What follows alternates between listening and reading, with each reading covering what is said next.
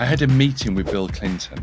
He was trying to raise money for his foundation. And at the end of the meeting, he said, Jason, I shouldn't really say this, but London is the greatest city in the world. And I left and I couldn't sleep that night. A, because for the one and only time in my life, I was completely starstruck because he was such an impressive character. And B, because this was going around in my head about London is the greatest city in the world and I wanted to celebrate it. And what makes it the greatest city in the world? Well, for me, hospitality was central to that.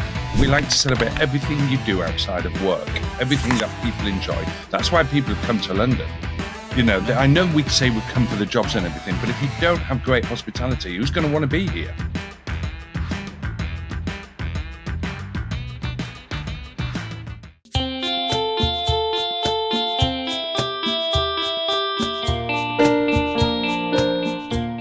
Hello, Hi. Jason Gale. Welcome to Talking Hospitality. Hi, guys. It's been, I think, 3 years in the making trying to get you on here. Yes, it's been a bit difficult, hasn't it? Which I do apologise for, but it's great to be here. This is a lovely little setup you've got. Thank you very much. Yeah, excellent. Yeah, we're doing studios now, aren't we? We've made it all ourselves. Yeah. This morning, bit of balsa wood and a piece of Bit of sellotape. paint, it's fine, it's great. I missed a bit up there, but it's fine. But thank you so much and welcome to the show because I've been watching you since the beginning, really. Absolutely. And seeing how London Lifestyle Awards has grown and grown and grown. It's sort of become much bigger than I think even you anticipated, really. So I want you to tell our listeners, what is London Lifestyle Awards? Yeah. What's it about? What does it represent? And how did you get there? Because I think your story is really interesting. Yeah. Well, thank you. Thanks, Tim. We started in 2010. As you know, I was traditionally a PR man, so I had a PR company, mainly dealing with hospitality, but a bit of beauty and hair and a bit of celebrity on the side as well. And I was a bit of an awards geek. I used to go to all the awards and some people didn't like them, and I used to love them and wait for the invites to come or buy the tickets. And this was back in the 2008, 2009. And to be honest with you, I got a little bit frustrated with them because a lot of the awards that I was seeing that was representing the industries that we all love, they're either a bit political or some of them were pay to play. Yeah. You buy a table, you win an award, or if you know the critic, or or friends and everything. And I felt as though hospitality in particular deserved the public's input more, and I wanted to develop a consumer-facing awards because that's who we're all trying to please. That's who we're trying to be hospitable to. So yeah, I had my PR company, and big name drop here. I had a meeting with Bill Clinton. I did. He was trying. We know where this is going. He was trying to raise money for his foundation, and at that time I had some influential, wealthy people around me. So I had this meeting at the Dorchester with Bill Clinton. It was only 20 minutes, half an hour meeting, but of course I was so excited. And at the end of the meeting, he said, Jason, so I don't know if you know this story, but I mean, he uses your name all the time he's talking, and he's just so impressive. He said, Jason, the last thing he said, Jason, I shouldn't really say this, but London is the greatest city in the world. And I left, and this was before the Olympics, before lots of people were talking about it. And I went home and I thought, yes, it is. Yes, I'm a Down Northerner, and since I've come to London, I've loved it. And I couldn't sleep that night. A, because for the one and only time in my life, I was completely starstruck because he was such an impressive character. And B, because this was going around in my head about London is the greatest city in the world, and I wanted to celebrate it. And what makes it the greatest city in the world? Well, for me, hospitality was central to that. So for 2 days, I went and wrote the plan for the London Lifestyle Awards. And I wouldn't say I forgot about it, but I had a busy PR company. And I wrote this treatment, and then back to Monday morning, I was back at work in the PR office and doing our stuff. And it was in the back of my mind. And then about a month later, there was a knock at the office door. And I opened the door, and it was my old friend, Emily. And Emily had worked for me previously, and she'd gone off traveling for a year. And she said, Jason, when I come back, will you have a job for me? I said, Emily, always. I'll always have a job for you. And I didn't. So I didn't. The PR company was at our max, and I couldn't really take anybody else on there. And I said to her, I have this idea. Can you do a feasibility study on it? And I can give you a month's worth of work looking into this, see if it is a real possibility. And of course, after a month, she came back and said, "Of course it can work, and you need me to do it with you." So we basically set a date and was off and running, and we went out. And the idea is that we celebrate the best of London, but instead of the critics choosing, the public choosing. So we devised this thing where the public or businesses can nominate themselves. Anybody can nominate anybody, and then we bring a shortlist, which we now call the top 10, and then the public vote. And nobody knows who wins until the night of the awards, etc. And we've done it for 15 years, and it's been a journey. It's anything in this arena. Any event, as we know, is tough and it's difficult. But we built a platform we do about 30 events a year in London, leading up to the awards. Small little events in different places, and we do some publishing and everything around it. Just celebrating the best of the best, really. Yeah. And I love it. I still love it.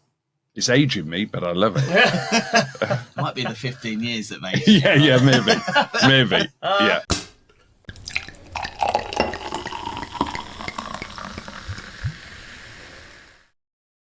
But because obviously luxury lifestyle is a specific sector within a sector kind of thing, and it isn't just hospitality though, is it, that you do? So we try not to just celebrate luxury, the real top end. We obviously do. We obviously that is the hotels that have won in the past and everything are ultimate luxury. And we love that, and we love the bars and everything. But we also celebrate pubs, and we celebrate coffee shops and hairdressers and beauty salons. This year, for the first time, we have wellness facility, because wellness is a big thing that we should all be thinking about, and we've got some great wellness facilities. And then we've celebrated cultural attractions. We always celebrate theatre every year, best theatre show. So it is varied. It's basically, we like to celebrate everything you do outside of work, everything that people enjoy. That's why people have come to London. I know we say we come for the jobs and everything, but if you don't have great hospitality, who's going to want to be here? Absolutely. So this is what we're trying to celebrate and give that maximum profile. And I think that is becoming more and more important as hospitality gets harder and harder and harder to do well. Yeah. It gets harder and harder and harder because of macro reasons, really. I think it's more important than ever that the awards exist and we celebrate them. Yeah, and it's super important as well to have those little moments of celebration, because it is such we don't have those traditional periods where everybody is simultaneously not busy. Yeah. Right. For the events industry, that might be the busy time in the summer, but then that's the time when non-student cities die. Yeah. I'm from Sheffield, and summer's the quietest time for bars and restaurants and cafes there, because there's no students there anymore. And so we don't have that. Here's the time in the calendar year where we say, right, we've all got time to pause and stop. So you sort of forging that path with what you do. It's important to mark those moments, right? It really is. And some of the businesses that attend, our awards, culminates on, it's usually about November the 3rd, 4th, 5th, around there. Usually around there. This year it's November the 3rd, and the businesses that enjoy it so much, win or lose, because nobody knows to the night, are the ones that bring their teams with them. And I've said so many times when somebody's gone on stage because they're in the top 10 or they're a winner, and it's just been them as the owner or the senior manager, and they didn't bring the team. They said, I regret it so much not bringing my team to this, because you don't often be able to be in that sort of environment all together and enjoy it, and also see lots of other people from bars that you used to work in or hotels or that you're going to work in next. Seen that happen. Sorry, Mandrake. But that I really enjoy that element of it. I really enjoy seeing the industry get celebrated from the public, but celebrating together. Maybe you should move to a pay to win model. More people bring their teams. Well, that's how it happens. I still go to a lot of other awards, and I went to one a couple of months ago, and it was a great night. It was a great night, not in our industry, a different industry, and it was a pay to win situation, and everybody knew. And they said, well, we're willing to pay because we can now use this to say we're great. And they were all good businesses. It wasn't as though somebody was paying and they were rubbish. They were good businesses. But it was transactional. But there's 1,000 people in the room. There's 1,000 people all paying £1,000 a head. So, it's a good business model, but it's just not what I want to do. It's a little bit cynical, though. I mean, I get it. I understand why people do it. You know, when I had my business once, we paid to be in a magazine to get some award for something. Yeah. It doesn't, you just know as well when you're presenting, going, hey, we're number one, whatever it was. It's just. Yeah.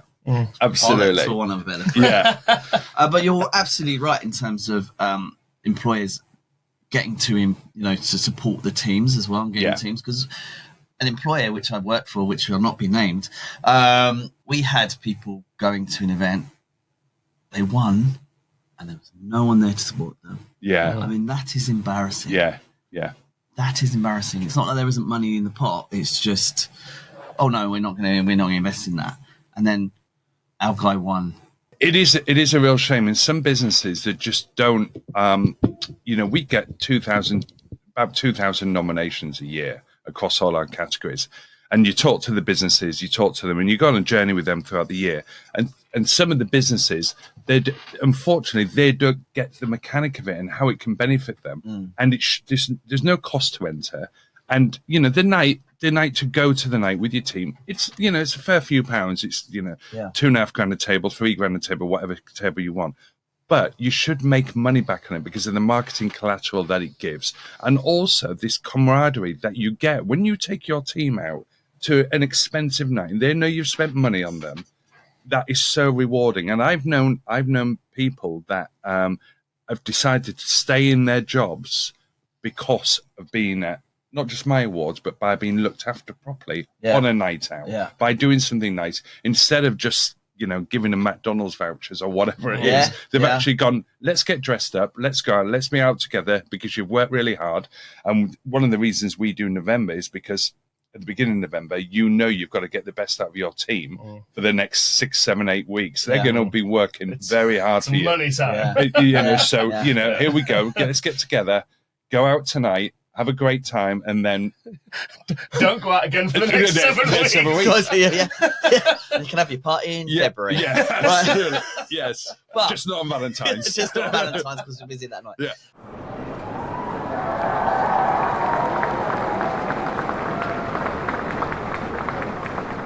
Actually, I want to go back before, because obviously tickets are about to go on sale. Yeah. And we want to talk about how people can either enter or be involved. Now, before we do that, one of the questions that keeps going around in my mind is that because you've been going for 15 years, you've seen the industry change. Some of the sort of values are changing. Yeah. Can you talk a little bit about your observation from when you first started to some of the shifts that have gone on? We're going to talk it in hospitality terms, obviously, hospitality, to where we are now, what's improved, what's needs improvement, shall we say? It's gone backwards, maybe. Well, I think anybody who's come on your podcast will have said they've seen massive changes over the last period, and certainly over the last 15 years. And I sit in quite a nice position because what I can see who the public are nominating and who the public are voting for, and how that changes and how that changes over the years. And for instance, we've created some new categories because of what the public are demanding. So a few years ago, we brought in activity venue of the year, competitive socializing, the put shacks of the world and everything. And we've got a great category for that now, celebrating that. And it's one of our most voted for categories because we saw that, like everybody's seen, that people go out now, they don't just want great food or a nice drink or good service. They want to be entertained.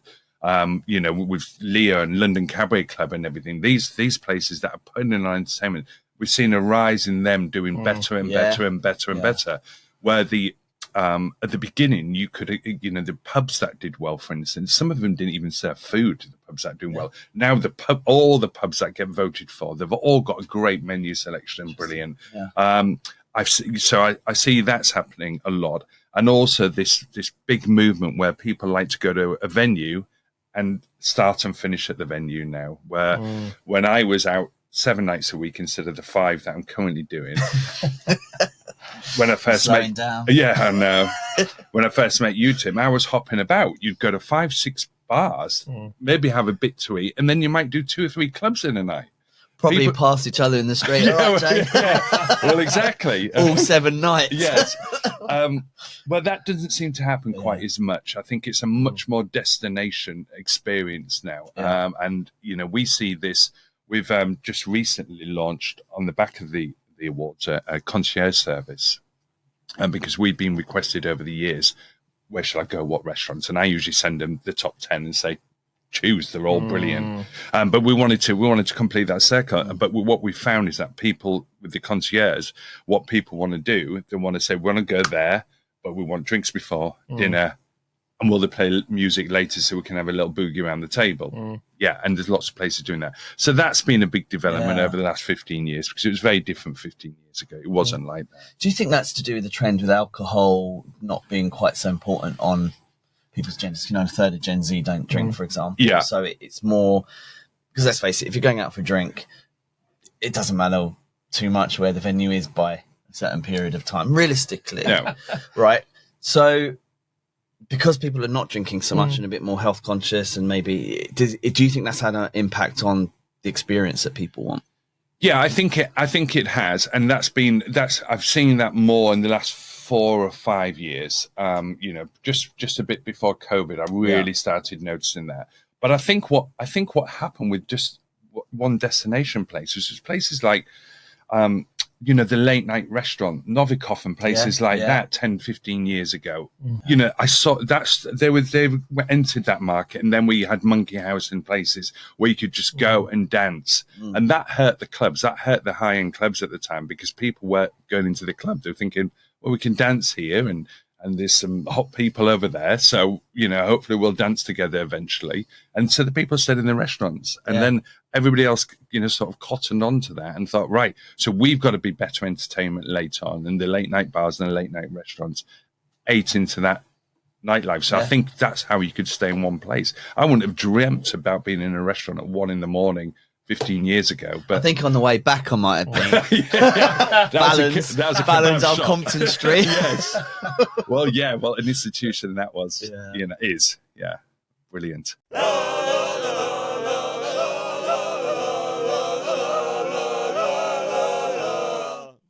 But I think we've gradually seen that change, and I like it. I like going to a place and being able to stay there all evening, and it becomes different things. And also, if you're going out with a group of people, this is a challenge in hospitality. If you're going out with a group of people, you will have 2 that doesn't drink. You will have some vegans. You will have the peanut allergy. And that's got a lot more difficult. I don't invite my peanut allergy friends out anymore. No. I'm not even friends with them. No. Sorry, Phil. Oh, Phil. Peanut Phil. Peanut Phil. Shame about that choking. Awful. Whatever happened to him after that? So Jason, British Lifestyle Awards, bread and butter's been London for over a decade, right? Yeah. We're moving further afield now. In 2016, 2017, we did go to 5 of the cities around the UK, and we did that with a TV company. It was a local TV company, and they had Bristol and Leeds and Newcastle, and they licensed the brand from us, and we went. And it was a bit of a joint venture, but based on a license thing. And we had great times in Bristol, Hull, Newcastle, Birmingham, Leeds. It was great. It's brilliant. So we did the awards for a couple of years, but unfortunately that local TV model went, and so did the awards went, and we've always missed it. And it was interesting because there's lots of things going on in London, but no offense to as northerners, when you turn up at Leeds or Hull, where I'm from, and you're doing something as great as the awards, it's a moment for the city. They get excited about it, and so we've missed those. So we're bringing those back, and also we're licensing further afield. We've been running a party in Monaco for the last few years around the Grand Prix time. So there's the Monaco Lifestyle Awards is in fruition, and Dubai is coming along, and so all these places. So we're delighted to spread the message really and celebrate the great things in other cities. I won't be standing on those stages because London's my thing. I'm passionate about London, but I'm finding people that want to license the brand or JV with me that are passionate about their city. Like in 23rd of September this year, there's the Estonian Lifestyle Awards in Tallinn, because they're passionate about Tallinn. So go do your Lifestyle Awards. We'll support you. But you've got to stand on the stage and celebrate Tallinn, because I can't be truthful and go, Tallinn's the best city in the world. It is the Tallinn people, but I'm a Londoner. I'm celebrating London. Although it didn't stop Bill Clinton. It didn't. I know. Bit naughty. Yeah. He knows how to please people. We'll take your word on that. Anyway. All right, Monica.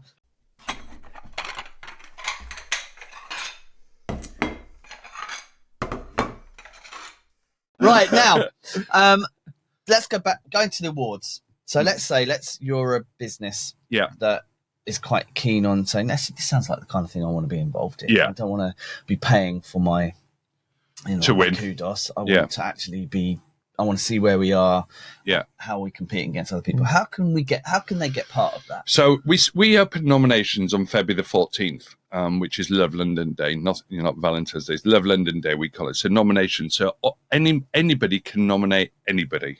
So we don't have any rules about that. If you're a member of the public and you love a restaurant, a coffee shop, or a hotel, you can nominate them. If you're a business owner, business manager, work in the business, and you think, I want recognition for the great work we're doing here, you can nominate. So all the nominations come in. And then at the beginning of June, we close for nominations and we sit around and we look at a lot of customer reviews and to decide on our top 10s in each category. For instance, we'll get about 250 restaurants nominated that we need to get down to 10. And truthfully, you could pick 50, 60 of them because they're amazing. They're amazing. I still love our restaurants in here. So we look at customer reviews and look at, and often, because I do go out too much, I know the restaurant 9 times out of 10. If I don't, we'll send some of our team down, or Acacia, a good friend of ours, Acacia goes and checks them out, and we'll get down to that top 10, and then we give it back to the public and say, right, we've curated this list. Who do you love? Who do you really love? And the votes come in, and we vote till September, middle of September, and then we go quiet and we announce the winners at the beginning of November. So it's really easy to get involved. You just go to our website, which is lifestyleawards.com, nominate who you like. You can nominate as many times at different places as you like, and then you vote if you made the top 10. So if I want to go to the awards, how do I get tickets? Well, you can get tickets directly from us through the site. We most of our ticket sales are. It's an interesting night actually. 70% of the people that come to the awards, they're involved in a business that wants to win an award, or they're in the top 10 and they just want to celebrate. So 70% of the attendees, and then we have about 20% of people are sponsors, influencers, and then we have about 10% of people, which is growing year on year. It was 10% last year, which is just discerning Londoners that just the night out. They enjoy it. They got to know about it, so they come back, and that's great. And I really like that, because that's putting the people that voted in the same room for the businesses, and they love being in that. And we pride ourselves that we have good entertainment on the night and good food. You can't serve rubbish food at a hospitality event. So it's a great night. So that's how it's broken down. But people come and contact us through the site. The guy who works for me called John Andrews gets inundated with all these things, and no relation, no. And he'll sort you out. Yeah, I really like the idea of having the public there as well. It's a real peek behind the curtain, isn't it? Well, what I eventually want to do, where I want to take this, I want us to do. The Albert Hall puts a flooring for 2 weeks of the year, and they have tables downstairs, and then they have public upstairs. And that's eventually where I want the London Lifestyle Awards to be. And I'm putting it out there, this is going to happen, where we have 1,000 people having dinner, but the entertainment is so good that the customers can come and see Gary Barlow play on stage at the end of the awards, and we can all celebrate hospitality in London together. That's where we're going. We're going to get there. It's like event inception. It's like watching the people watching the event. Absolutely. And then you can have a live stream. Yeah, exactly. people watching.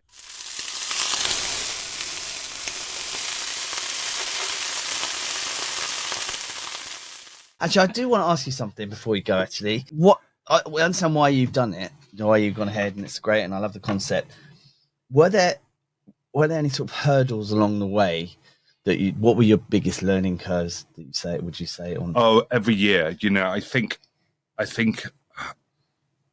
after I've done the awards, I have 2 days where I'm sort of doing the press and doing all the rest of it, and then I go into a week where I think, okay, what have I learned this year? What have I learned? How can we improve this year? And by the end of that week, I think, right, next year is going to be perfect because I've learned my lessons now. I finally learned. And it never is completely perfect. There's always things that you want to improve on. I think at the beginning, there was some other awards around that were very happy with me. because I was pulling the curtain back on them a little bit, and that was challenging for the first year or two. So that was a big challenge. But I think the biggest challenge has been the changing face of the businesses, really, and the changing, sorry to keep going back to the old days, but Tim, when we met, you would have a general manager that would stay at a venue for 10, 15, 20 years, and you'd build a relationship with them, or the owner would be there forever. This moves around so much now. So maintaining relationships with the restaurants and the bars and the clubs has got harder. And that's why we have these 30 events of the year now, inviting people to them to keep up to date, keep working out how we can help them, because people move around such a lot. That's a good point, actually, because back in when people were more regular, you'd like a venue, but actually you'd go back because it's the manager that you built a relationship, or the staff that was staying there that knew your favourite drink, right? Yeah, and it's less you know them; it's more they know you, right? Yeah, it is. That's what was the feeling, right? Exactly. Yeah. But now, when people move from the venue, like the managers move or whatever, sometimes it's the venue they're moving into that controls the narrative that they can give, their support or whatever. So it's a very different situation, isn't it? It is really different. Yeah. I had an experience recently. I'm sorry, I'm going on, but we had an experience recently, and I won't mention the pub's name, but I drink in a pub, not every week, but every 10 days at least. So, I'm known, and I'm 6'6", so they remember who I am. Yeah. And when I go there, I love it. It's one of my favourite pubs. It's just in Mayfair, and I invite people. So I usually start off and I'm there, and then by the end of it, there's 5 or 6 of us, and we spend quite a bit of money. But every time this barman that used to look after us, he'd buy a round on the bar for us. He'd run the pub. He'd say, this is on me. And, first time I did it, I said, oh, you don't need to. Why? He said, oh, we really appreciate your custom. We really appreciate it. And I went in 10 days ago. He wasn't there, and I said, "Where's the?" And he's gone. He's gone. I've got no way of continuing. And do you know what? The energy for the pub. It's not about him buying around. It's about that he wanted to buy around. But it's a big loss to the pub, that I think. 'Cause I'm sure he wasn't just doing it for me. It was a big loss, and it's one of the reasons you go, isn't it? It's not like it's that like you just said. It's that recognition. Yeah. You'll recognise. He knows. Hey, you spend a lot of money here. Here's a little gift to you, so you come back and spend more money there. Well, we both like Cafe Bohem, and I've been going to Cafe Bohem for 20 odd years. I used to have my breakfast there every morning. I've been going there for 20 odd years, and one of the reasons I still love going there is because there's member staff that will still say, "Hello, Jason, how are you doing?" You know, all this way. And I don't know if that's ego or whatever, but it's great in there. Yeah. What's the harm in that? No, there isn't. And it's free. Yeah. And it's free. Well, not to the bar maybe, but we used to do that when I used to work in Freedom Bar in Soho, and we'd recognise people. We'd give them a bottle of champagne. Sometimes, not all the time. Occasionally, put them in the VIP area. Give them. What did a bottle of champagne cost in those days? £5, £10 quid. Yeah. But they'd buy 4 or 5 more bottles. Yeah. So that pays for itself immediately the second time. There was another bar that they had. Yeah. Yeah. But they always valued that from that moment on. They came back week after week, and that was the best 10 quid that we could have spent. There was another bar. Sorry, I know we've been going. There was another bar that I worked at as PR for a long time, and a new general manager came in, and the general manager was all about cutting costs, and they did need to cut some costs. Yeah. But one of the costs they cut was bar staff couldn't give away shots. And the bar had built a reputation that the bar staff would drink with you, they'd have a shot and everything, and it built up. And he cut costs, and gradually, he cut the audience, and the crowd left because he just, and maybe they were spending a couple of £100 on shots a night. Maybe that's what it was. But wow, they lost it in custom. They really lost it. So it's a shame. I think we've got to keep remembering that it's hospitality. That's the word. On that note, thank you very much, Jason. Thank you so much. I really enjoyed that. Thank you, guys. Really good.